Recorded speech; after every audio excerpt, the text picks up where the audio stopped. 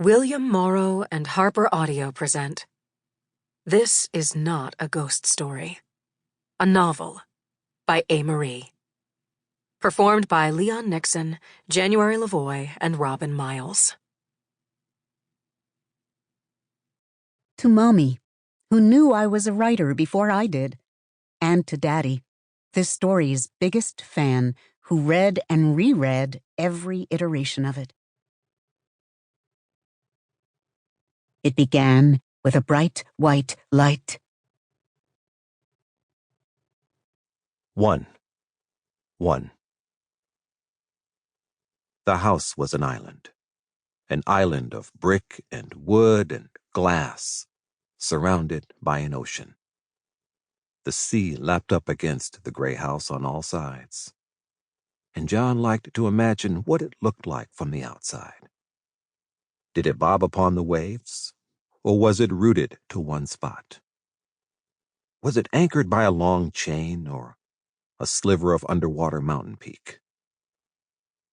A beautiful gray mist rolled across the 2 floors of the house and through its nearly 20 rooms, and down the wide, ornate staircase that splashed down into the foyer. As if in response to such ostentatiousness, there was on the far side of the house a narrow set of stairs that led to the cellar, which was dark and trailed through with relief and sorrow. On very rare occasions he'd hear whispers reverberating through the halls and treacherous footsteps creaking the floorboards, and he would retreat into the cellar and remain until long after the intruders had gone away, after which he would find comfort in his favorite room, a room painted from floorboards to ceiling a deep indigo.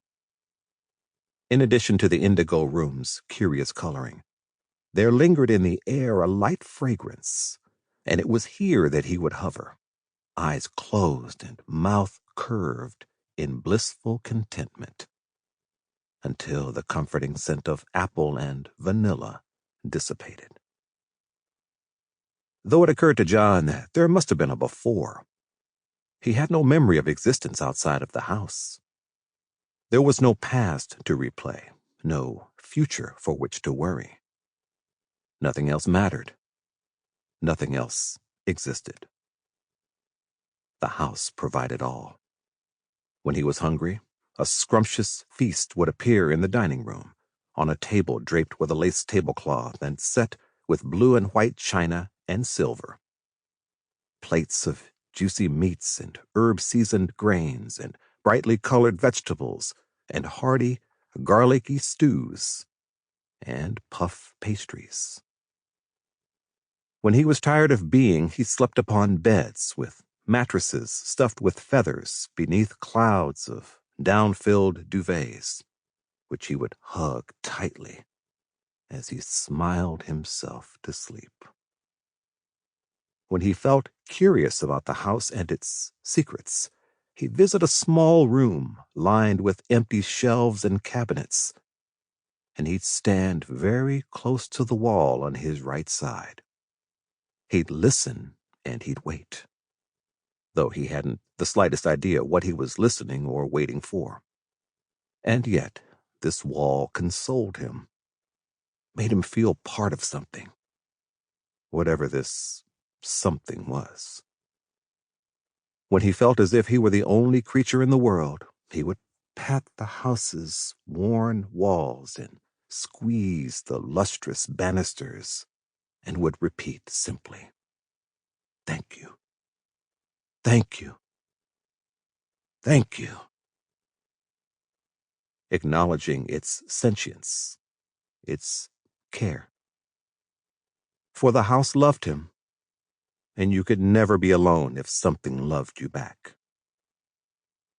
And so John lived in this house that was an island of brick and wood and glass and surrounded by an ocean. And John was home. 2. One of John's favorite things to do was gaze outside the windows, of which there were a multitude. He appreciated the windows because the views from the windows changed. And the reason the views changed was Sample complete. Ready to continue?